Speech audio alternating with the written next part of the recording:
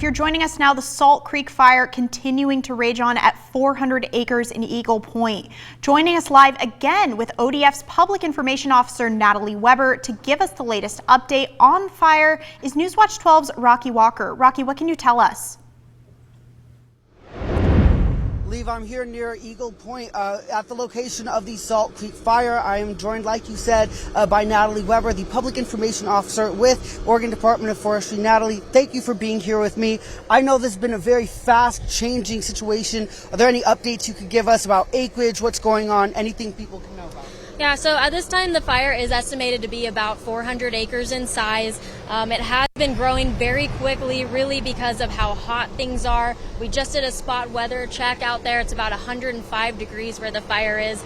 It's windy. You can see all the dry grass and vegetation up here. That's really what's been pushing this growth. But as you can see, we're continuing to bring in more and more resources.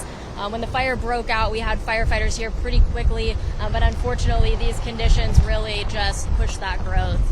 And like you said, there's a lot of resources here. I've seen you the entire time I've been here. You've been talking to other people. Could you tell our viewers a little bit about kind of the different fronts? I saw there's planes, there's helicopters. How many people, how many agencies, and how much is that front looking like? Difficult to say right now just because so many people have been coming in, but we do have, of course, ODF, Lake Creek Fire, District 3, we have the Forest Service, Rogue River Siskiyou National Forest, BLM, and a lot of contract crews that are coming in here on the ground. In the air, we ordered 2 large air tankers, a very large air tanker. We have numerous helicopters that are working the fire doing water bucket drops right now. And we're continuing to call in resources as we need them. It's a lot of work to be done in that dispatch center, and they're ordering what we need when we need it.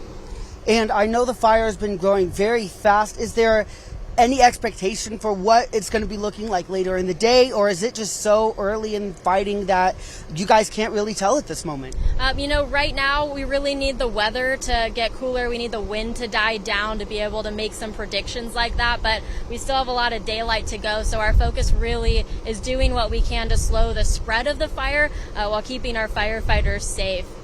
And for people who live within this area, what should they know? So right now we're working with the Jackson County Sheriff's Office and Emergency Management. We're tied in with them as far as recommendations of any potential evacuations, and that information will come from them.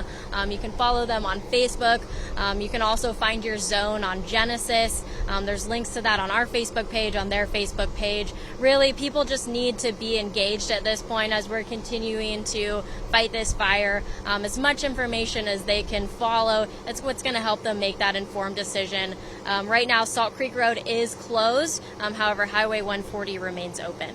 And then just lastly, is there anything people at home should know about regarding the work you guys are doing, the fire, anything we haven't touched on?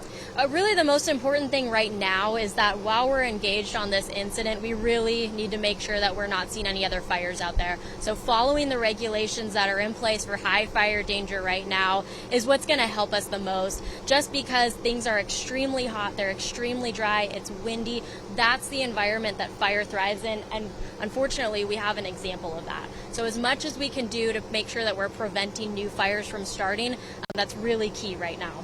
Natalie, thank you so much for helping give me and our viewers a little bit more information. But like I said, this is a highly changing situation, so make sure to head to our website, kdrv.com, to get the most up-to-date information as it comes out. Live near Eagle Point, Rocky Walker, Newswatch 12.